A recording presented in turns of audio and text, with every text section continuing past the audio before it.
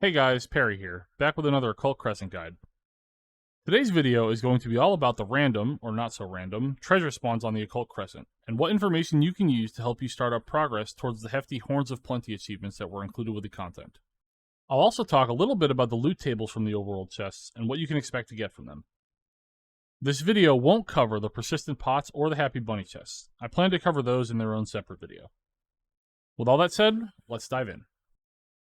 If you spent any time on the island, you've probably already encountered the numerous, seemingly random chests when traveling, and likely opened them to discover that they're full of mostly older items from previous field exploration content like Bozja or Eureka. If you've explored some of the more out-of-the-way areas, you've probably also discovered that not all chests are created equal, and that chests on the map are personal. No one else can see your chests, or interact with them, and multiple people can have chests spawned in the same location. There are two types of chests you'll come across this way: silver and bronze. Both chests have similar loot tables overall, however silver chests have a slightly higher rate of the rare drops and give 3 items each, while bronze chests only include a single item. Each item you obtain from a silver chest is rolled from the loot table individually as well, so obtaining multiple of the same item is not uncommon. On the surface, this may make a silver chest seem objectively better to open than bronze. However, there's one very important item that exists in the bronze chest loot table that cannot be found in silver chests: fortune carrots. If you're an achievement hunter, you probably already know that there's an achievement for opening 1,000 fortune carrot chests, which is, to put it lightly, no easy task. So any additional carrots you can obtain by opening bronze chests is extremely valuable and makes bronze chest loot extremely important. You can find a link to a database with the loot tables in the video description below.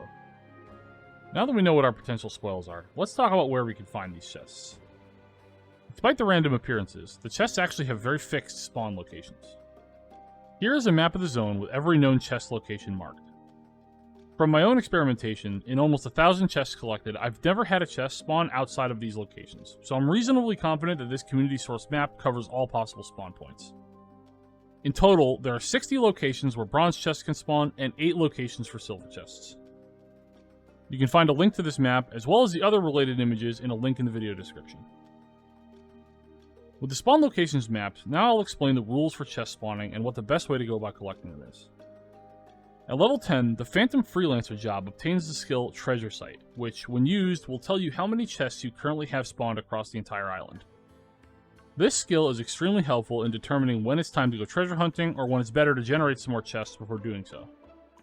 Additionally, by using this skill, it quickly becomes obvious that there's a limit to how many chests can be spawned at a single time. This limit differs by chest type, with 8 silver being spawnable at once and a maximum of 30 bronze chests.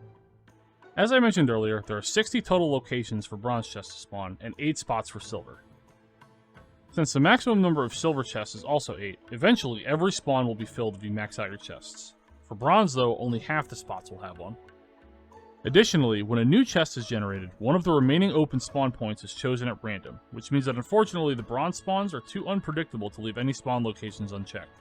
So, our method needs to include checking all possible spawns. Here is the route I'm currently using to check my chests. This pathing was generated and sent to me by Selena Maris of Omega, so full credit to them for the info I used to make this map. Overall, it takes a little over 20 minutes to check every single spawn location, which, if done with every spawnable chest available, is just under 2 chests per minute of travel.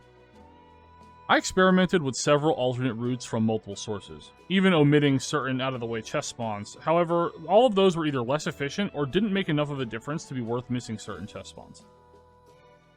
If you think you have a good idea that I haven't covered and you'd like to see it tried, feel free to put it in the comments below and I'll take a look.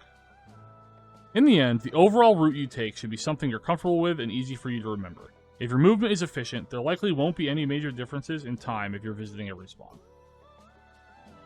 Now that we know what to do when we have chests spawned, the obvious next question is, how do we spawn them?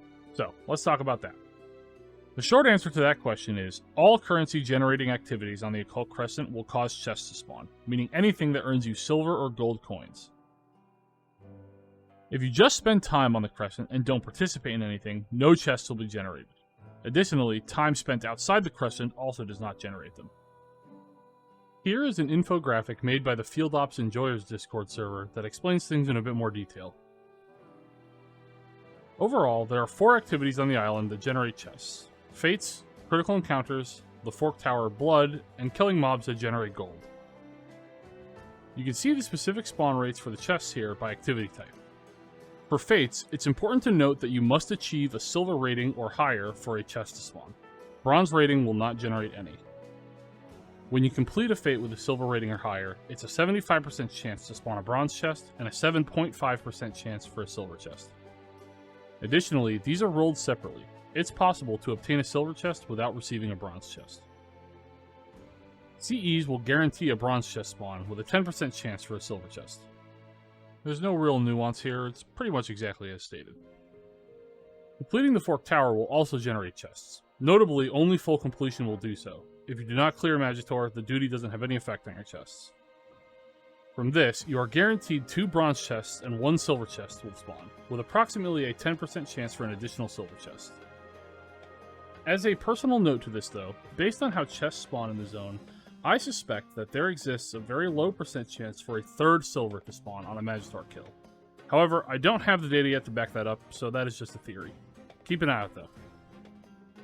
Finally, obtaining gold from you or your party killing mobs in the zone will also generate chests, with each instance of obtaining gold having approximately a 10% chance to generate a bronze and around a 1% chance for a silver chest.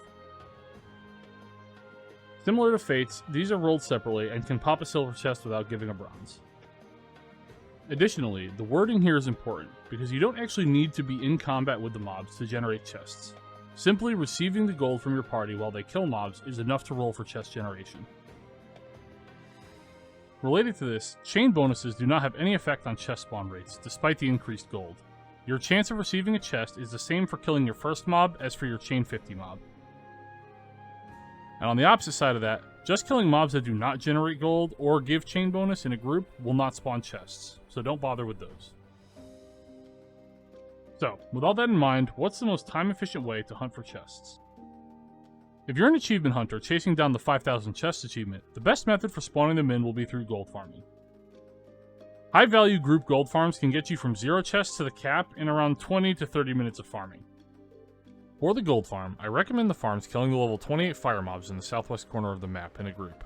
Here's an example party setup for killing them. The critical bits of this comp are a tank on thief and a sage on thief, and at least 4 cannoneers. 6 is preferred though to keep kill time down. The tank can use Occult Sprint to keep out of range of the mob pack's autos, and the Sage Thief will use Vigilance before each pull to guarantee crits on their shields, making the tank pulling extremely durable. Everyone else is on Cannoneer to help kill the mobs as soon as possible. This is just an example and isn't exactly a perfectly optimal comp. For more information, see the Field Ops Enjoyer's guide linked in the video description. If you can find a group of like-minded individuals, short gold farming sessions in between periods of chest collecting will start to rack up the chest count the fastest.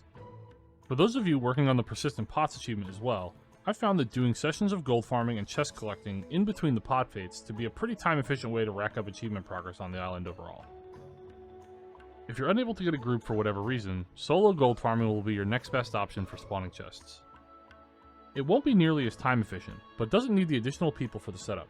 For more information on solo gold farming, you can check out a link to my previous guide on it in the video description. The other activities on the island that spawn chests will be less time efficient. I don't recommend using those to farm chests unless you need them for the silver currency or other achievement progress. And that pretty much covers everything. I hope you guys found this informative about the overworld chests and helpful in making decisions about how you'll want to collect them. In my next video, we'll talk a bit about the other types of chests you can find on the Occult Crescent, the ones from Persistent Pots and Happy Bunnies, so keep an eye out for that if you're interested. As usual, feel free to leave a comment below if you have any questions. Thanks so much for watching, and I'll see you next time.